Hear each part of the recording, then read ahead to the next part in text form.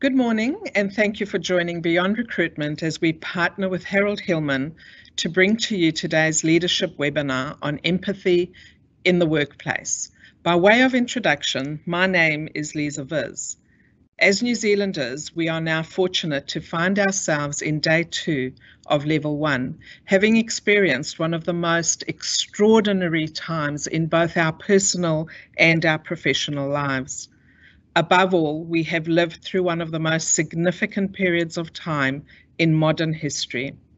2020 will most certainly be explained by most of us as one of the most trying times we have experienced as individuals, as families, as parents, as grandparents, also as professionals, as leaders, as teams, and as businesses.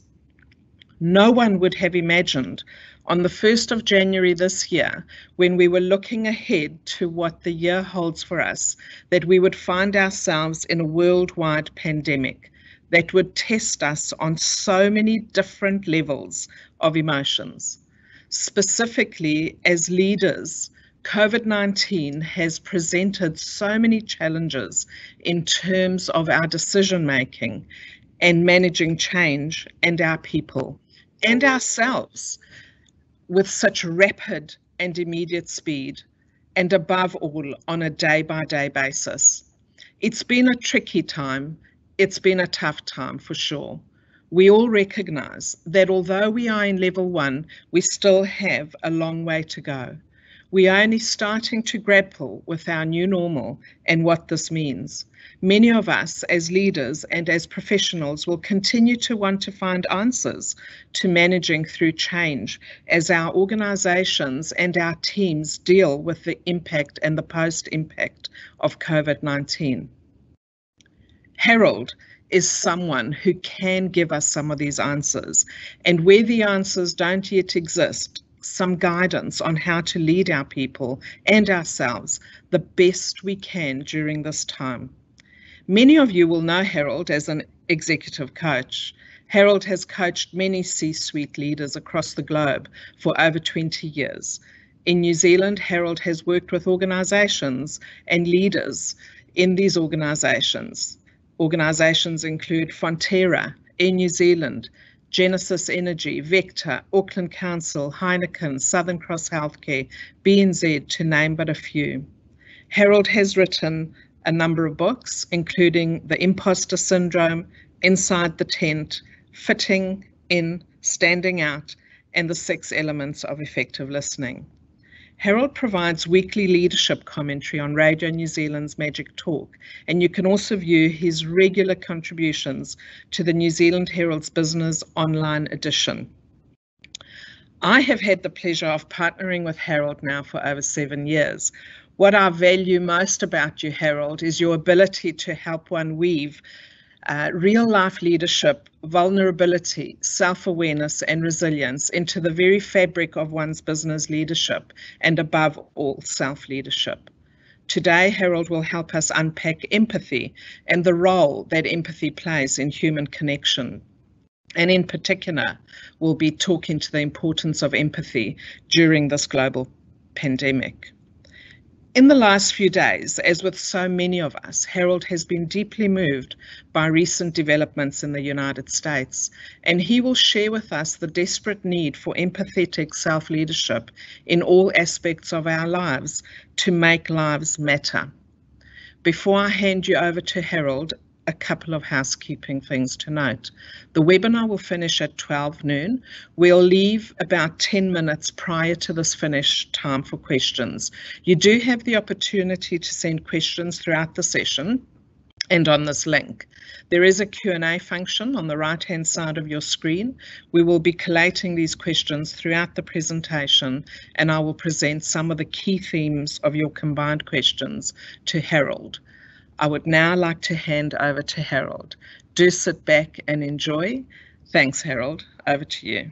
Well, thank you very much, Liza.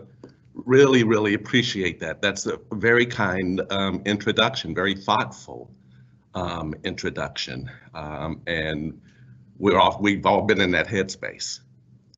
Certainly over the last little while, it has been an intriguing year. I put a slide in here for 2020. It's almost like we've all been in B school, in business school, and we've gone through a simulation. But in B school, you can then just return to real life on Monday after you do a debrief. Whereas we are debriefing every day about things that we're learning, and you know, we're not on the other side of it yet, so there's going to be a significant ripple effect around it as well. So 2020 will be certainly the most memorable year in my life. I've also found, and memorable in what I believe, really looking at it from a longer term perspective, what I believe will also be one of the most important, one of the year in my life when I really realized what was important and what's important in life.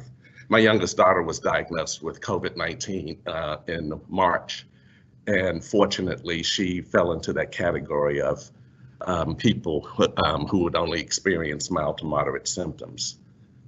And so she didn't have to be hospitalized, but she lives alone. She's single and lives alone, and so she was in a bubble by herself for 2 weeks. And I never felt so helpless. It really put that whole notion of vulnerability to test. Whereas as a parent and sometimes as a leader, we put a lot of pressure on our things to fix, on ourselves to fix things for people. And as we've all gone through this scenario where there was no playbook, many of us who are used to fixing things, like I couldn't get on an airplane and visit my daughter. I couldn't use my credit card for anything. She was in her bubble. Friends were bringing her food and leaving it on the porch for her. But all she wanted me to do was hang out with her. She didn't want me to fix anything. And it was really a connection that in the midst of my very busy life, I realized, whether it be with my daughters or with good friends, I'm usually in very quick conversations with them rather than just hanging out. And I learned something very powerful about empathy in talking with my daughter, just hanging out with her on the phone. Silly conversations about musicians, about Tiger King. She made me watch it, so I had to have a view on it. And just having, just intimacy really matters in connection, and you have to sometimes just be present with another person to make all the difference in their world. This thing around empathy does not require you to fix things. I've also been moved by the race riots going on over in the States, and particularly the tension between the Black community and police systems all across America. It is a trying time. I was reflecting back 52 years ago in 1968 when Martin Luther King was assassinated, and 10 cities in America went up in flames that night. And it took me back to just, really beg the question, 52 years later, 5 decades later, there's still significant data that shows that racism is still systemic in America, and particularly wrapped around the whole penal system. And so it is really encouraging. The thing that encourages me is that, unlike 52 years ago, I've been so touched and so moved and so motivated by young white people who are out in the streets holding signs that say Black Lives Matter. It made quite an impact on me. Forgive me because I get a bit emotional talking about it. So I'll lift back up and keep moving it on. But I just wanted to reinforce that this is a year for deep reflection, for perspective. And part of that is to just sort of keep the long view, is what I would encourage people to do, particularly if you're sitting with someone and really want to show empathy. Keeping the long view is there. Back in 1995, Daniel Goleman wrote a book that now, of course, is a very popular, very famous book. And he had the confidence back in 1995 to put forward the premise that emotional intelligence, EQ, would, within the next 2 decades, be more important than IQ for success in business and in life? And here we are 25 years later. And I think most of us can fully appreciate, particularly in a year like this, why EQ, why emotional intelligence matters more so now, more so than ever. Back in 1995, we didn't have the empirical research to draw the correlation between leadership engagement and business performance or results. In 2020, we have loads of empirical data that now basically makes the case that you're not going to run a successful business and you're not going to be a successful leader unless you understand the construct of EQ. In Goleman's book, the original book, and it's writing about EQ, he highlighted 5 things that are important. One of them is self-awareness, and self-awareness is, it's helpful for you to see what others see, and to get feedback in terms of people experiencing you as a congruent person. If your words differ from your behaviors, that's a real derailer in terms of leadership. Empathy we'll come back to. Motivation is just basically saying the older we get, the more we become connected to a personal why. That sense of the Simon Sinek TED Talk on the power of why, and that people who are intrinsically motivated tend to be seen as more emotionally intelligent as opposed to people who are extrinsically motivated. Self-regulation is just basically in the moment, just knowing when you have to make yourself bigger, when you have to make yourself smaller, when you may need to not say anything. Maybe when you should ask a few questions. That's what self-regulation is. And then social skills just basically means that, there's a correlation between people with high EQ and their ability to put people at ease, to make it okay for people to be wrong in conversations without that feeling like they're being condemned. People who go out of their way to make it comfortable for other people to be themselves in terms of social skills.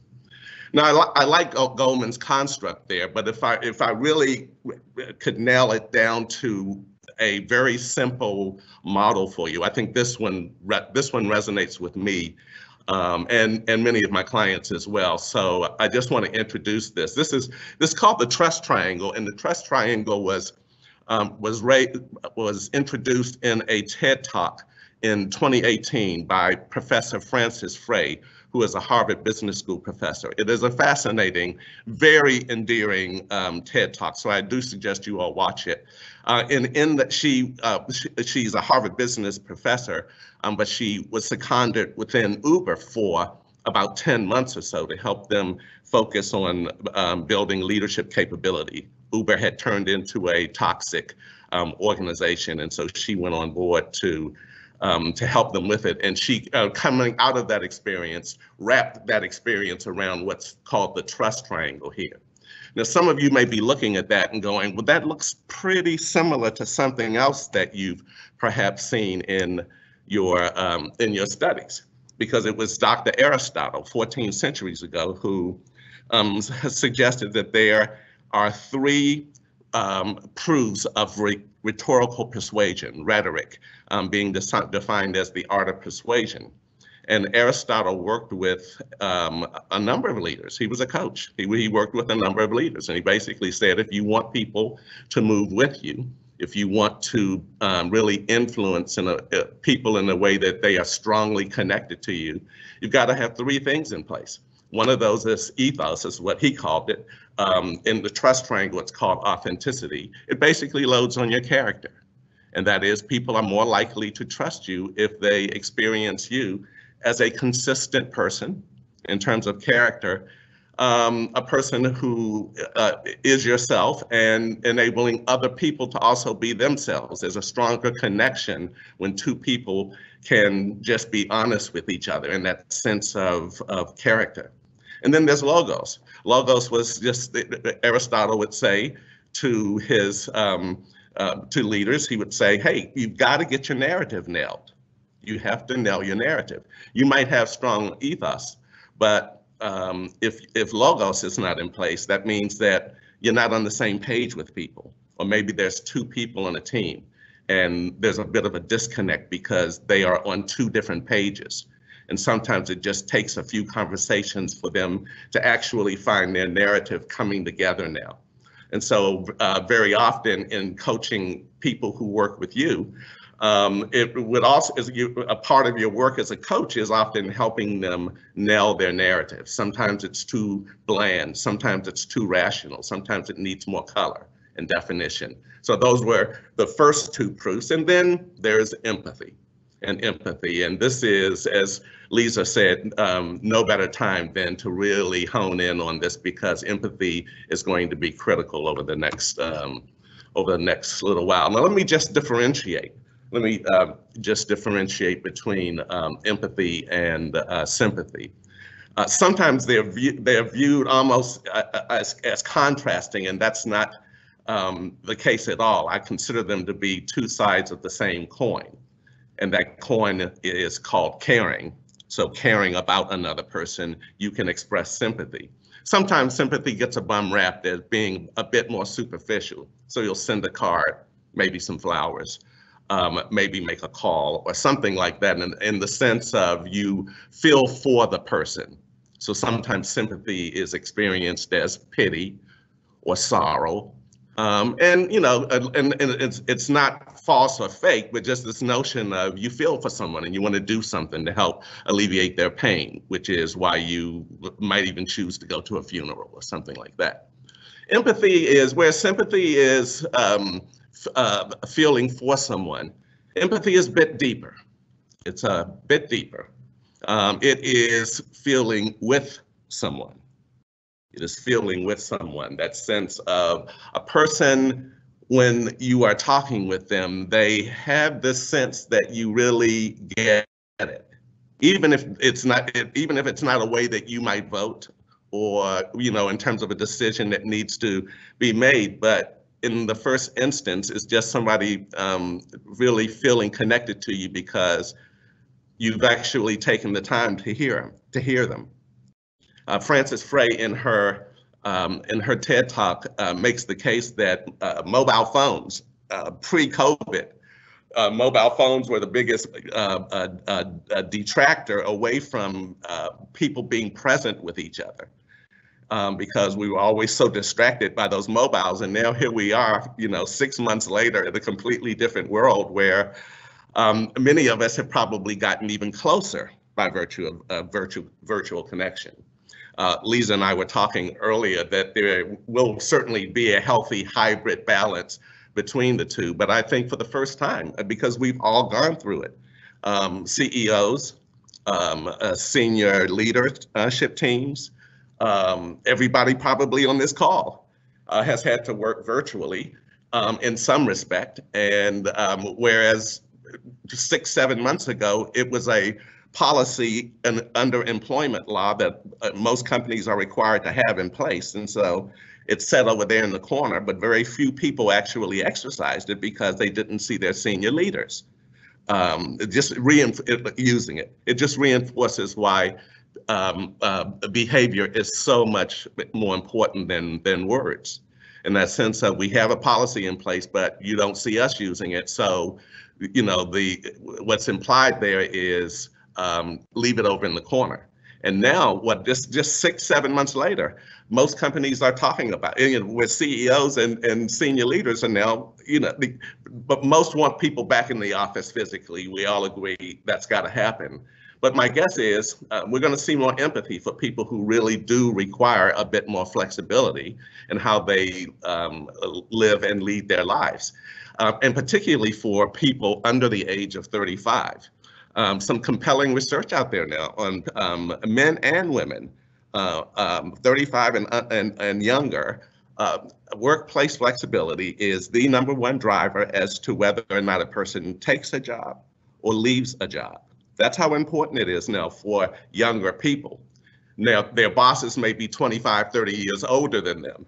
And so now with this experience of knowing that we can work virtually, it's a perfect example of if you do allow some flex in how people work, it's a perfect example of being able to say, I get it, I understand it, as opposed to that person feeling judged.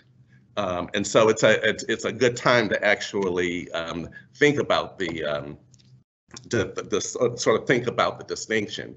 You all will have been listening with more of an empathetic ear, both at home, in your personal lives, and in your professional sphere.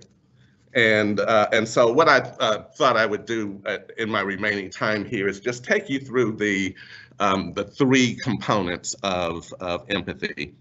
I'm writing a book on empathy. It is a book called Empathy, Making It Real for Leaders.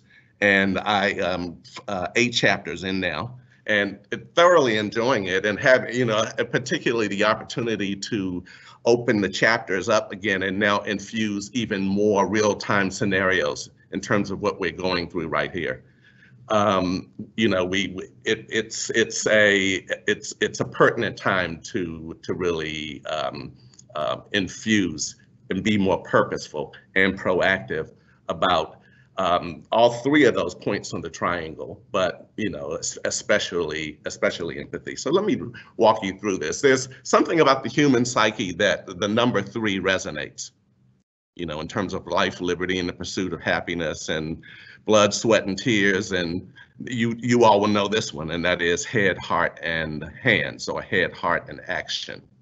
And they really, that symbol there really speaks to the 3 dimensions of empathy. So let's walk through and take a look at an example of cognitive empathy. I was on Google last night looking for images, and this kid here reminded me of my grandson. I have 2 grandsons. One is 7 and one is 5, and they both have been home away from school for the last 4 months. They will not be going back to school. They have not seen any of their friends in person, yet they are Skyping with their friends. And on top of that, my oldest grandson was going through an assessment around ADHD, which for a kid cooped up in a relatively small house for 4 months would be horrid. And I love how my daughter and my grandson have, even though they've never gone through that experience, what he's going through there, I love how they have laid off a bit. They had to still take them through schooling, and Churchill passed to the 3rd grade now, but they really laid off, and they backed off and relaxed all of the standards and the structure, because sometimes you just sort of can put yourself in another person's head, whether that be a 7-year-old kid, whether that be, you don't necessarily have to have gone through the experience to convey that you understand. Now, a perfect example for me of cognitive empathy would be, I think Donald Trump's leadership is abhorrent, and I think that I am hoping that a right is wronged very quickly in November, so that we can get that horror story in a different place. But I actually understand why he doesn't want to wear a mask. I don't agree with him, but I get it. I'm following his logic, and he's going, well, I'm the president of the United States, and it's important for me to project optimism, and I'm sure he would use the word power and those types of things. I can get it. I understand how he got there. So in the first instance, if he's explaining that to me, I get it, but I just don't agree with you. We vote differently on the issue, but at least I understand how you got there. And sometimes it is important, a big backdrop to listening, to empathy, is listening. It's listening. A person will feel a disconnect with you if you sit across from them, and while they're talking, you're already forming your answer. You're actually listening to refute, as opposed to listening to learn. When you listen to learn, it doesn't mean you have to agree, but the person just wants you to, it's a bad feeling when a person doesn't feel understood, whether it be in that sense of logos in terms of shaping their narrative, or everybody being so busy that nobody is taking the time to actually sit down with people and see how they got from A to B. Even if you, again, decide differently than them and you vote differently on the decision, it is still very connecting for a person to at least realize, you'll put yourself in those shoes the next time you feel misunderstood. And the next time you feel misunderstood, you'll feel what a lack of cognitive empathy is like. So cognitive empathy is sort of like that top layer in terms of head. And then there's emotional empathy. There's emotional empathy. And emotional empathy is, these two guys who maybe have been in New Zealand for the last 10 years. They come from different parts of the world, and they are sitting together, and they have connected and have bonded because they've just been talking about common experiences that you can literally feel it with the other person. Sometimes it does help that you've gone through something because it feels a bit deeper. There is a fine line, and always make that case, certainly when practicing psychology, what's called countertransference or emotional contagion, when all of a sudden, not only can you feel what they're feeling, but all of a sudden you're starting to wear their emotion for them to the point where you have lost objectivity. It's okay to feel with what another person, to have felt what another person may be feeling, again, because it is very connecting. But you still have to allow that person to do most of the heavy lifting in terms of their own locus of control and a sense of personal accountability associated with whatever it is. Remember, I'll reinforce this again. When you're showing empathy, you don't have to fix anything. You just need to understand how I got there. Secondly, if you've gone through the same thing, like we're all going through this, each and every one of us will have been feeling a lot of emotional empathy. We will have been receiving it, and we will have been extending it over the last several months. It's something that no one that I know, directly or indirectly in New Zealand, or my broader family in the US, everyone has been impacted. So we can feel it in a way that makes a difference. And then there is what we call compassionate empathy. Compassionate empathy. This picture here, I presume that's his slightly older sister, is what I'm gathering there. It is that act of maybe making a phone call that'll make a difference. A good friend of mine was over in the States. She was hospitalized. This was a couple of years ago for some surgery, pretty major surgery, which would have her in the hospital for the better part of 2 weeks. And her boss drove all the way. The drive was 2 hours each way. And then he stayed an extra half hour. And he came in the room and he took her laptop. And he says, "I'm taking this with me. I do not under any circumstances want you plugging into work. We have everything covered. You need to get better." She eventually talked him back into giving her laptop back, but he did swear her 2 teenage sons as wardens of the prisoner, to make sure that she is not doing any work. He took essentially 5 hours out of his day to come make a point, and that is, I want you better. And compassion and empathy is just reaching out. You don't have to, it's not like you have to be a millionaire to donate to whatever you believe might make a difference. In some cases, it might be a call. In some cases, it might just going to hang out with someone, just to hang out with them, not to fix it. You can't fix it. You both may be made redundant.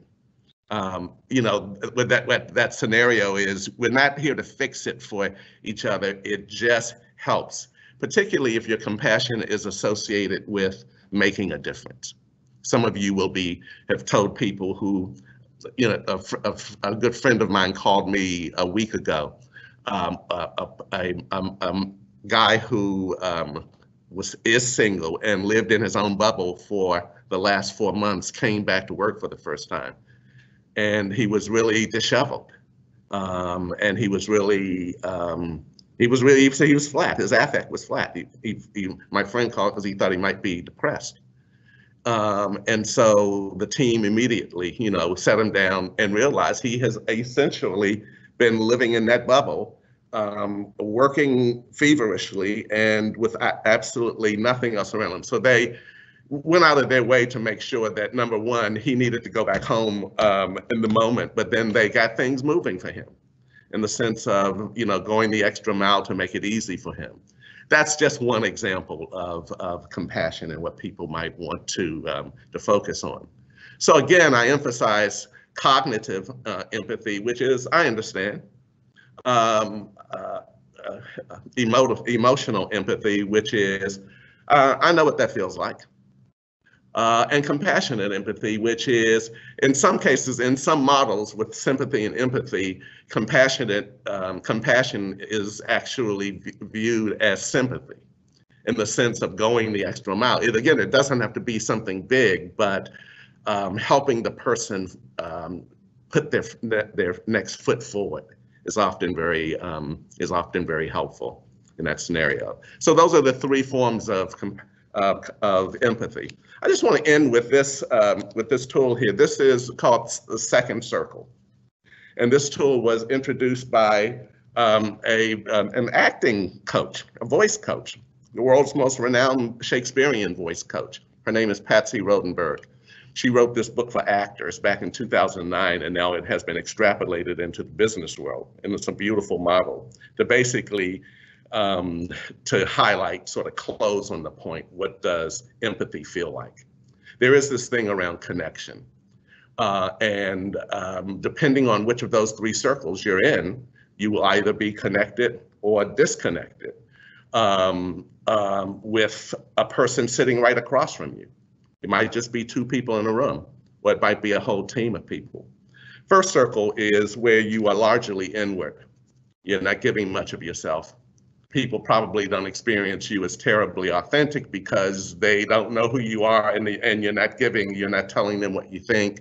You're not asking any questions. You only talk when you're largely inward, and that's where your energy is. And it's hard to connect with someone. People try and they try and they try, and then they just stop because it's too hard. And that's the person who it correlates a little bit with introversion, because introverts are naturally more introspective, largely. I'm an introvert, so I naturally can go into first circle a little bit easier than others. And there's that healthy zone of first circle there. But when you go past, that purple line, and when you go way over towards the end in the first circle, in that blue circle there, you're like disconnected. Nobody can. You're like the Fonz. If you all remember Happy Days, Fonz was always in his motorcycle jacket, sitting in the back of the room with no one expecting him to contribute to any of the conversation. That's disconnecting. And then over on the other side was third circle, the red zone over there. Sometimes our energy is larger than it needs to be, to the point where it is coming across with way too much volume or defensiveness or rigidity. It is where people are going like, well, we're with you, but like breathe. This is where, particularly if you're way over on the other side there, it's almost like in first circle, you are a turtle who's gone into your shell. And in third circle, you're a blowfish. And to ward off threat, you make yourself bigger, your voice, your posture, those types of things. In third circle, sometimes you need to be in third circle. Sometimes you need to be in first circle. A lot of people go into third circle when we are asked to do things that are illegal or unethical or may kill someone in our business. And we will go into third circle and stay there all week if we need to. So there's not a right or wrong to the three circles. It just basically means that if you're in first and third, it's hard to show empathy. Second circle is where connection is born. Second circle. It's the circle of intimacy. It's the circle of present, really being present with another person. Sometimes when we come into a meeting, we're in first circle and we sit there and we don't give much of ourselves, and no one feels connected with us in that respect. Or sometimes we race in and we're in third circle, and our energy is in the wrong place. So again, we're locking down and becoming rigid and defensive, when you can just be a lot easier. In second circle, it's the best of first and the best of third. And there's a give and take. There's a beautiful give and take where it's a human need to need others. And yet it's really hard for people to help you if you're in first and third circle. If you really want to be an effective leader, get into second circle, listen to people, connect with them. You're still the decision maker, but you take your pressure off of yourself to be the all-knowing, powerful voice at the table. If the boss is in third circle, you can best believe the team is in first circle. It really helps for the leader of the team to model what it means to give and take in that zone of learning from each other and building the best product as opposed to locking down or shutting down in that respect. So I thought this might be helpful for you. Watch Patsy Rodenberg's 10-minute video. She's talking to a group of actors. It's hilarious. And she's making the point to them that when they go out on stage, she needs them in second circle. She needs them not to be in first, not to be in third, but in second, because it directly impacts their performance and their connection with the audience. And the extrapolation into the business world is the same. If the team is disconnected, it breaks connection with the larger audience. And then lastly, your leadership shadow. Your leadership shadow. Some of you are familiar with the leadership shadow concept, particularly if you have participated in programs with Global Women. This is a concept that just basically says, if you lead people, particularly now, just be mindful of the fact that you do cast a long shadow. Your words make a difference. How you are with people makes a big difference. I had the pleasure of being a military officer and a corporate exec. And I was far more purposeful as an officer. You can't not be purposeful about it because you're in a uniform with your rank on epaulets and your hat and people saluting you constantly and calling you sir or ma'am all day long and standing up when you walk in a room and all of these things that, if you're having a bad day, you can really ruin someone's week without realizing it just by walking by them and not speaking. For that matter, it doesn't have to be anything horrible that comes out of you. You just may not notice them at a point in time when it might be helpful to do that. Your shadow matters. Sometimes in the corporate space, we're a little bit less robust around knowing that our rank amplifies. Rank amplifies significantly, particularly for those of you who are on senior leadership teams or high enough in the organization. So you've got to make it easier for people to connect with you. You, like the general officer used to do at the Air Force Academy, the 3-star general, where he'd come in the room and take his tie off, take his jacket off, sit down and tell a story, just to minimize the notion that people can't be themselves at the table. So I just wanted to end there, and what better time than ever to be mindful of the impact you all can have, not only as leaders, but as people, I will stop there. Liza?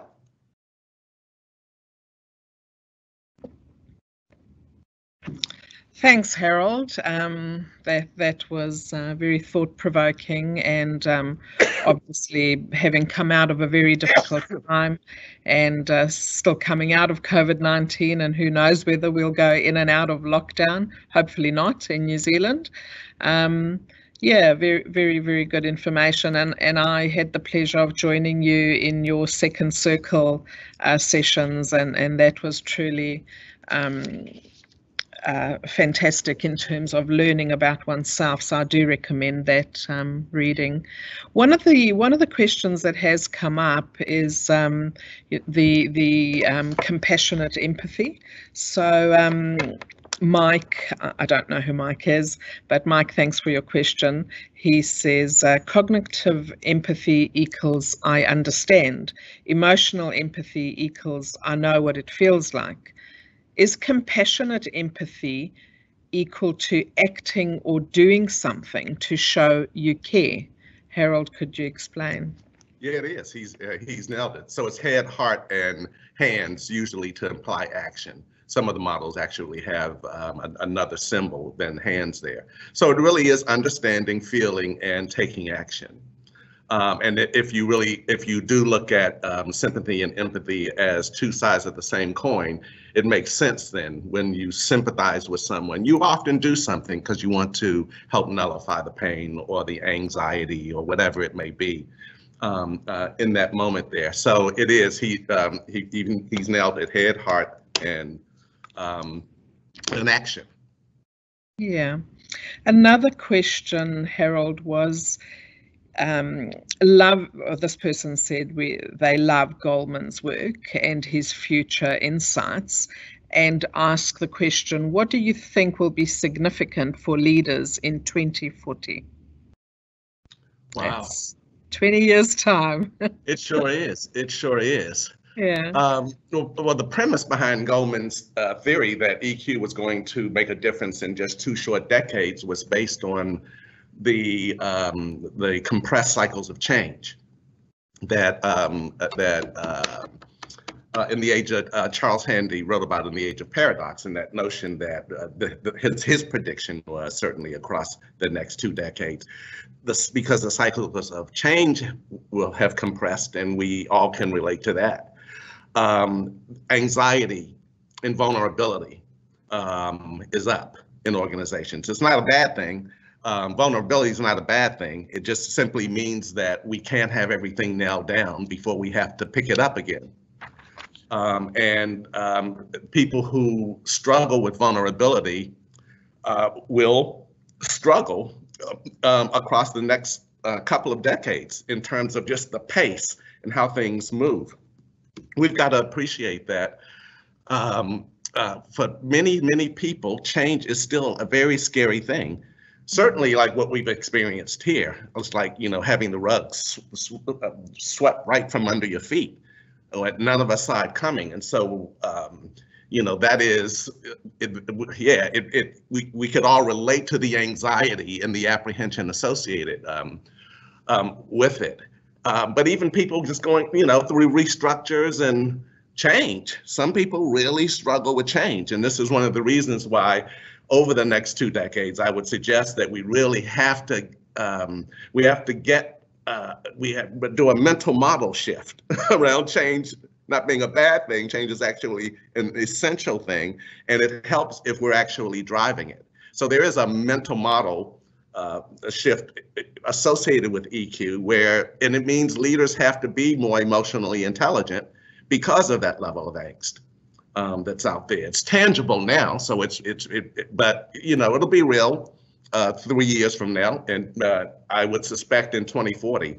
So I would just say that I certainly believe that EQ will continue to gain traction across the next 2 decades. It's rare when a company is not investing in its leaders, and a big part of leadership development is influence. It's the trust triangle. It's the back to those 3 basic components there, and if you're in solid ground on all 3 of those, you're an emotionally intelligent leader. Very, very true, Harold. One question that keeps coming up, and it's been asked in a number of different ways, is how do you be empathetic as a leader, as a person, perhaps in that family environment or personal environment, when your own tank is empty and when in fact you don't have enough to give back in terms of reassuring the person or the people that require that? You're talking about like when we were all working from home and there we were with our families. Yeah, and possibly even still returning to work, many leaders or people like that. Yeah. It's an important question, and I have been with my clients, been taking them through the 6 correlates, the executive vitality and resilience. There's a lot of research out there on the executive world in terms of vitality and resilience because of just some of the unique stressors out there. And so now more than ever,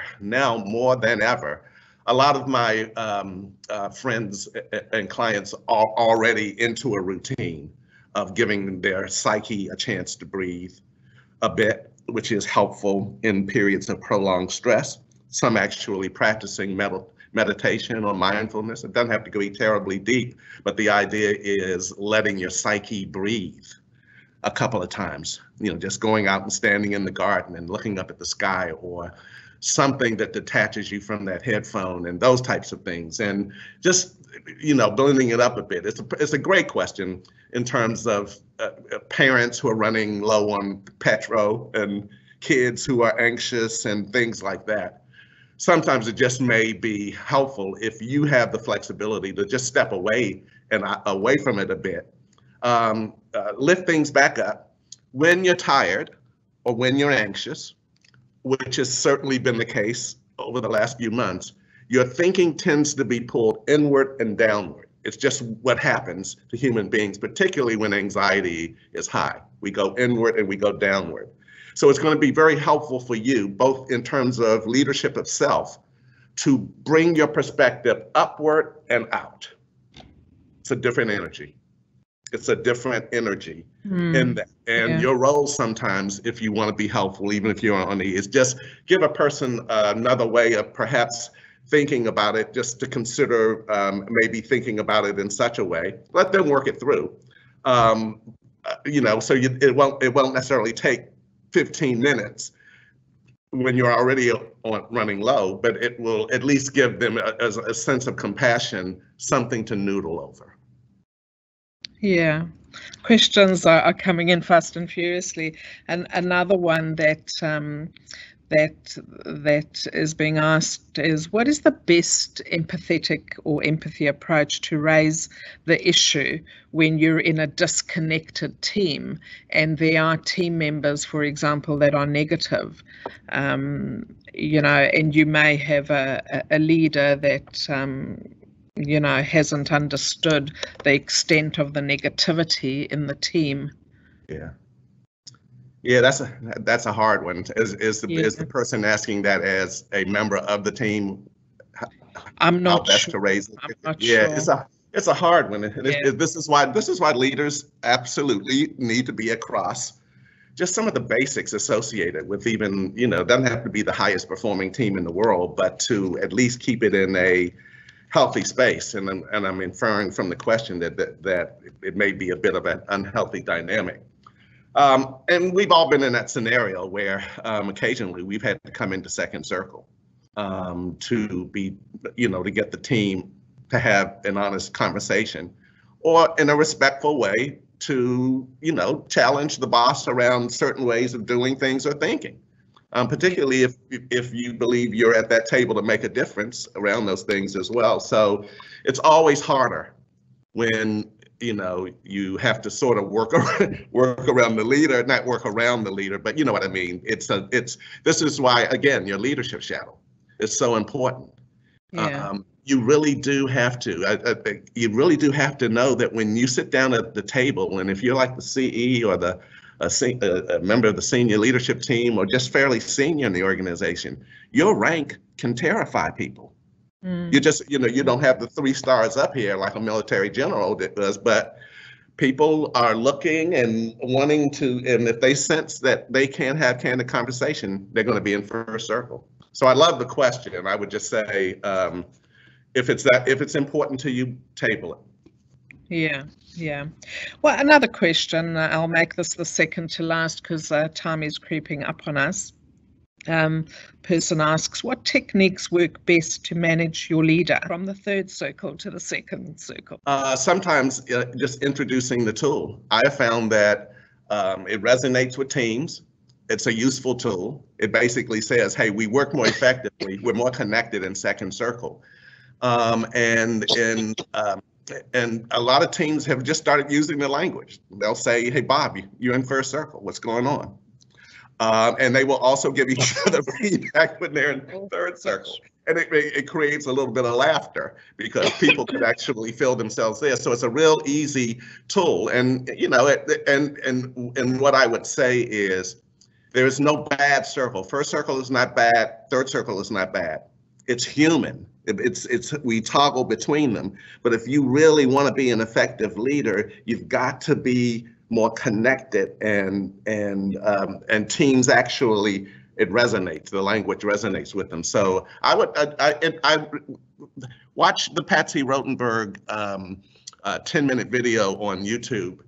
It's comical, and she's talking to actors, but she'll make you laugh with it. And you may want to just tee it up with your team members and see if it works. I guarantee you it will keep people more focused on connection. One of the last questions is, if you had one key takeaway that leaders can do to help their team's morale, what would that be in these times? Just be more vigilant, not in a intrusive way, but now more so than ever before, particularly for teams to get through this and put a positive construct on it, as many businesses are already trying to do. So I would just say be a bit more vigilant in terms of where you could stand to be more fully present.